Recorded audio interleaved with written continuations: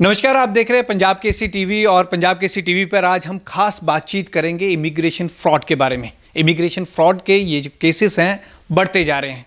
पंजाब, हरियाणा, हिमाचल और साथ लगते राज्यों की भी अगर हम बात करें, वहाँ से युवा आते हैं और ये इमिग्रेशन ऑफिस के चक्रों में पड़ते हैं और इनके पैसे भी ले लिए जाते हैं और इन्हें बाहर जाने का जो लॉलीपॉप दिया जाता है, ख़ास तौर पर ऑस्ट्रेलिया, कनाडा, अमेरिका का एक लॉलीपॉप दिया जाता है, इनसे पेमेंट ले ली जाती है। लेकिन उस पेमेंट को लेने जब ये आते हैं लोग, तो इन्हें अपने घुटने तक घसीटने पड़ते हैं। इस पर खास बातचीत करते हैं कि इमिग्रेशन फ्रॉड है क्या, कैसे इससे बचा जा सकता है, जो लाखों युवा जो बाहर जाने के इच्छुक हैं वो कैसे जा सकते हैं लीगल तरीके से। इस पर खास बातचीत करते हैं। हमारे साथ एडवोकेट अजय जग्गा सर हैं। Sir, welcome to Punjab Kesari. Thank you sir, immigration fraud की हम बात करें, आप काफ़ी डिटेल इसमें नॉलेज रखते हैं। ये जो इमिग्रेशन फ्रॉड है ये काफ़ी बढ़ते जा रहे हैं, इसको कैसे रोका जा सकता है? और एक डाटा के अकॉर्डिंग जैसा आप बता रहे थे कि 50 बिलियन पंजाबी बाहर जा चुके हैं, लोगों में इतना बाहर जाने की होड़ क्यों है? देखिए, आपको ना इमिग्रेशन के लिए इसके इतिहास में जाना होगा। इतिहास ये है कि सदियों से जो ईस्ट में है वो वेस्ट में जाना चाहता है, जो वेस्ट में है वो ईस्ट में आना चाहता है। और ये प्रथा जो है ये तब बहुत ज़्यादा बढ़ गई जब वर्ल्ड वार 2 हुई। वर्ल्ड वार 2 के बाद क्या है कि हर एक आदमी सेफ्टी के लिए, सिक्योरिटी के लिए, बेटर लिविंग स्टेटस के लिए एक जगह से दूसरी जगह जाने लग गया। जैसे कि आप भारत में भी देखोगे कि जो लोग नीचे गांव में रहते हैं वो छोटे शहरों में आ जाते हैं, छोटे शहरों में बड़े शहरों में आ जाते हैं, बड़े शहरों से मेट्रोपॉलिटन में चले जाते हैं। तो ये एक माइग्रेशन प्रोसेस है और ये एजेस से चलता आ रहा है, ये कोई नया नहीं है और ये कभी ना ख़त्म होने वाला एक प्रोसेस है। माइग्रेशन सदा ही जारी रहेगी। सर, इमिग्रेशन फ्रॉड की हम बात कर रहे थे। चंडीगढ़ इमिग्रेशन ऑफिस का हब बन चुका है। सेक्टर 17 की हम बात करें, 44, कोई ऐसा सेक्टर नहीं है जहाँ पे इमिग्रेशन ऑफिस नहीं है। और ये ऑफिस बढ़ते तो जा रहे हैं लेकिन इनमें से कई ऑफिस रजिस्टर्ड ही नहीं है। तो ये इमिग्रेशन ऑफिस का जो मक्कड़ जाल है ये चंडीगढ़ में क्यों बनता जा रहा है स्पेशली? देखिए, चंडीगढ़ इस समय एक कार्बूजियर सिटी के नाम से जाना जाता है, जिसको फ्रेंच सिटी भी बोलते हैं क्योंकि कार्बूजियर ने इसका नक्शा बनाया था। वर्ल्ड के मैप पर चंडीगढ़ एक बड़ी प्रेस्टीजियस इंपॉर्टेंट जगह पर है और दुनिया भर से, चाहे यूरोप के कितने देशों से यहाँ आर्किटेक्चर के स्टूडेंट्स आते हैं स्टडी करने की यहाँ की बिल्डिंगें कैसी हैं, यहाँ में हवा कैसी है, यहाँ की पोल्यूशन कम क्यों है, ये लुधियाने की तरह बहुत ज़्यादा हौच पौच क्यों नहीं है। तो दुनिया भर से लोग आते हैं कि हिंदुस्तान में एक ऐसा शहर है जो इसको मोस्ट ब्यूटीफुल सिटी भी बोलते हैं, वो यहाँ पर आते हैं। अब हुआ क्या कि धीरे धीरे ये एक टूरिस्ट हब बनी। पहले ट्रांजिट हब, जो आदमी दिल्ली से शिमला जा रहा है वो कह रहा है मैं 2 दिन के लिए चंडीगढ़ रुकूंगा, जो शिमला से कहीं और जा रहा है वो कह रहा है मैं 2 दिन रुकूंगा। फिर यहाँ पर जो पंजाब में हमारे बहुत सारे लोग थे या हरियाणा में थे जिनके बच्चे विदेशों में थे, उन्होंने कहा कि जी गांव की बजाय, जैसे मैंने शुरू में बताया कि गांव से शहर, तो उन्होंने क्या किया, चंडीगढ़ में घर या फ्लैट लेने शुरू कर दिए। तो उनका एक तरह से एक प्लेस ऑफ रेजिडेंस जो है उनके पेरेंट्स का, भाई बहनों का, यहाँ बन गया। चंडीगढ़ करते करते फुल हो गया। उसके बाद क्या हुआ, हैफेज़ेड ग्रोथ हो गई चंडीगढ़ की बाउंड्री पर। हालांकि जो चंडीगढ़ का कानून है, पेरीफेरी लॉ जो बोलते हैं, उसको कहते हैं कि आप 8 किलोमीटर के अंदर जो पेरीफेरी है वहाँ पर कोई कंस्ट्रक्शन नहीं कर सकते। लेकिन अब हो गई तो पेरीफेरी के ऊपर, इसके ऊपर बहुत सारे केस हुए, सुप्रीम कोर्ट को पता, हाई कोर्ट क्या हुआ। अब क्या हुआ कि जीरकपुर में जाल बन गया, फ्लैट्स बन गए। फ्लैट पहले 4 कमरों के आए, फिर 3 के आए, 2 के आए। मैं कहने का मतलब ये, इसकी बैकग्राउंड इसलिए दे रहा हूँ कि पॉपुलेशन ग्रोथ जो है वो इन एंड अराउंड चंडीगढ़ जो है वो बढ़ती जा रही है।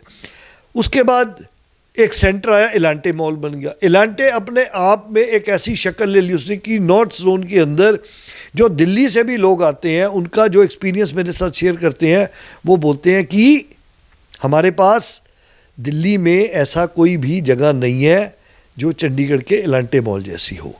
अब जब सवाल आ गया कि इलांटे मॉल आ गई, लोग आ गया, तो ये हब बन गई। उसके बाद वीज़ा सेंटर बन गया, कनाडा का प्रोसेसिंग सेंटर आ गया, VFS आ गई यहाँ पर, आप जर्मनी अप्लाई कर सकते हैं, शेंगन कर सकते हैं, अमेरिका, मतलब सारे यहाँ पर आ गए। तो लोग, पासपोर्ट सेंटर यहाँ पर आ गया, रीजनल पासपोर्ट सेंटर आ गया, आरपीओ आ गया, तो आरपीओ के अंदर लोग आने शुरू हो गए। तो उस वजह से प्लस शॉपिंग सेंटर बन गया, टूरिज्म सेंटर बन गया, वीज़ा सेंटर बन गया, भीड़ हो गई। अब एक हर एक को लगने लग गया कि भी अगर आपकी कोई भी ज़रूरत है तो आप चंडीगढ़ जाइए। चंडीगढ़ आपको वीज़ा सेंटर भी मिलेगा, चंडीगढ़ वीएफएस भी मिलेगा, चंडीगढ़ एम्बेसी भी मिलेगी, और चंडीगढ़ में जो है आपको ये आइलेट्स के टेस्ट मिलेंगे अगर किसी के मार्क्स चाहिए। उसके चक्कर में क्या हुआ कि सारा पंजाब इधर उधर से लोगों ने यहाँ दफ्तर खोलने शुरू कर दिए, बिकॉज चंडीगढ़ का एड्रेस एक आज की डेट में इज़ ए प्रेस्टिजियस एड्रेस। उसको प्रेस्टिजियस माना जाता है, उसकी एक अपनी महत्वता है। अगर आप कहो जी मेरा ऑफिस XYZ जगह पर है और किसी जगह पर है, तो उसका महत्व उतना नहीं होगा जितना चंडीगढ़ का होगा।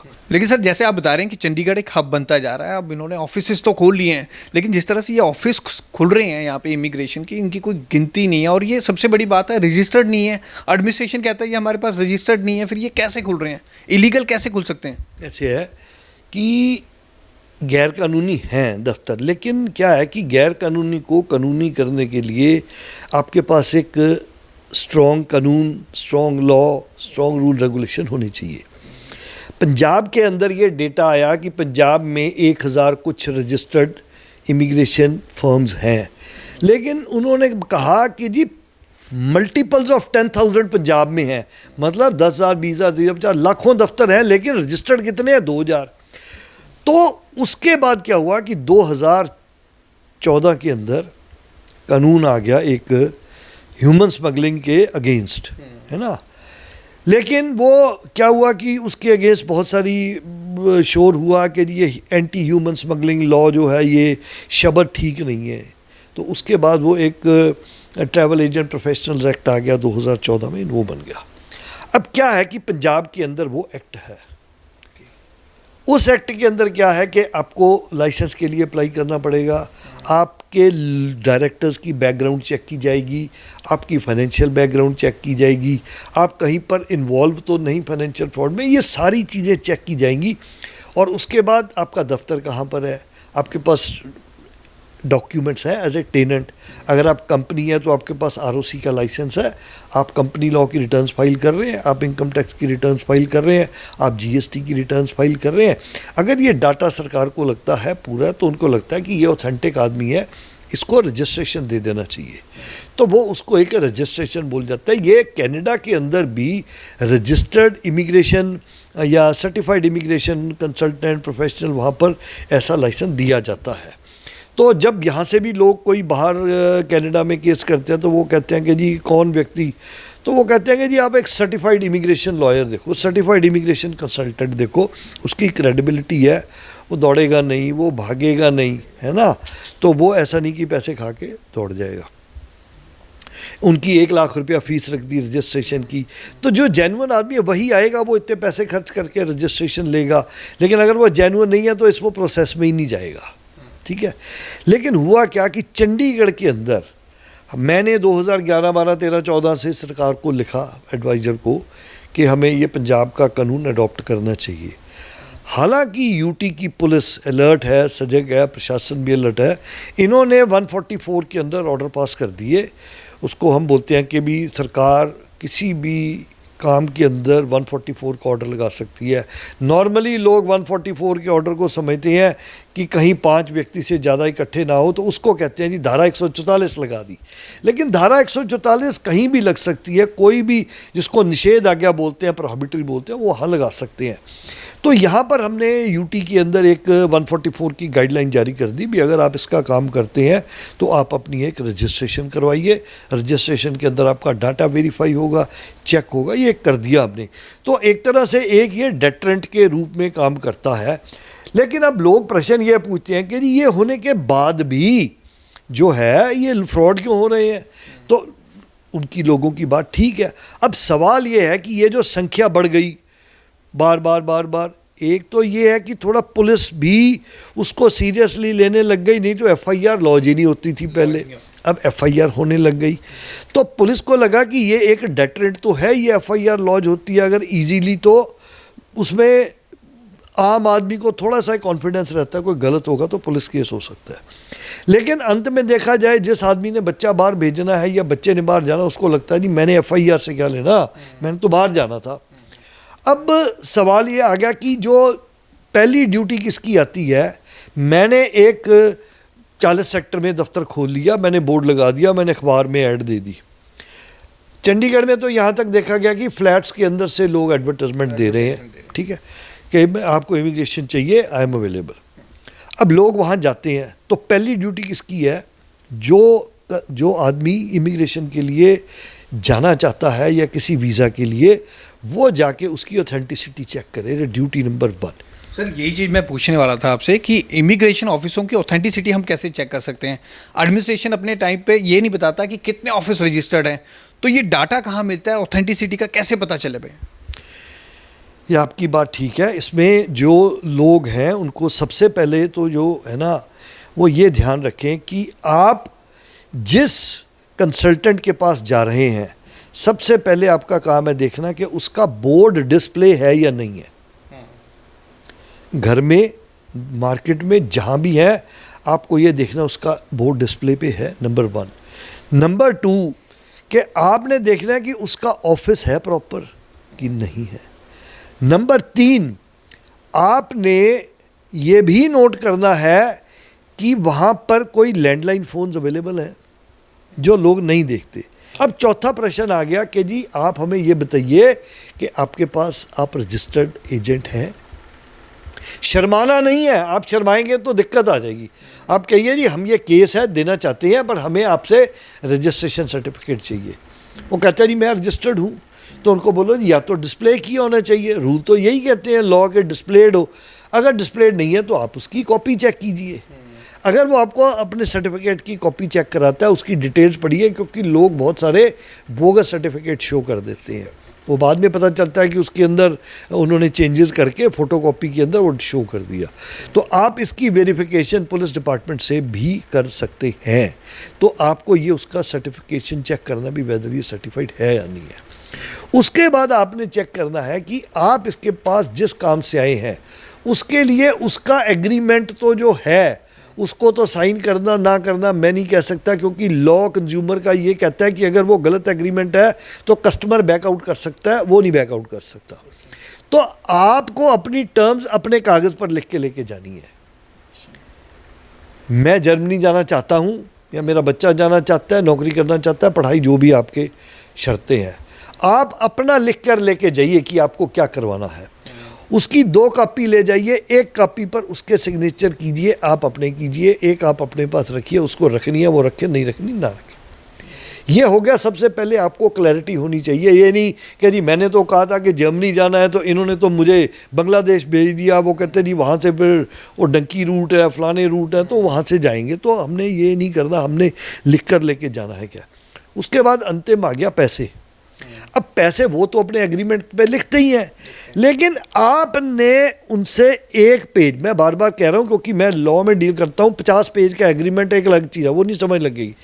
आप 1 पन्ने पर लिखिए कि जी इन्होंने मुझे जो काम करना है उसका 1 पन्ना दे दिया जिस पर मैंने साइन कर दिया, जो आप लेके आए कि जी मेरे बच्चे ने कनाडा जाना है। आप उसको कहोगे जी आप हमें लिख कर दे, वो लिख कर दे जी मैं आपसे 2,50,000 रुपये लूँगा और किस स्टेज पर पैसे देने हैं, 25,000 एडवांस देने हैं, ये तब देने हैं, ये कागज़ देने हैं, ये आप लिखवाइए।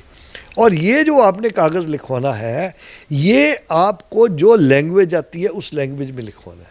शर्म नहीं करनी आपको जी इंग्लिश है, अब आप गांव से आए हैं, आपको इंग्लिश की लैंग्वेज नहीं पता, उसके मीनिंग नहीं पता, आप एक एग्रीमेंट साइन कर लिया, वो बाद में आप फ्रॉड निकला आपका। ये आपने उसका जो है वो आपने सिस्टम चेक किया कि जी क्या पोजीशन है। एक ये जो एग्रीमेंट आते हैं उसके अंदर एक अंत में क्लॉज होता है जिसमें लिखा होता है all disputes are subject to Chandigarh territorial jurisdiction. वो लाइन आपने ज़रूर चेक करनी है ताकि ये ना हो कल को वो कहे जी ये तो हमारे नवांशहर वाले ऑफिस ने करा था तो नवांशहर की पुलिस है, कोई कहे जी अमृतसर की है।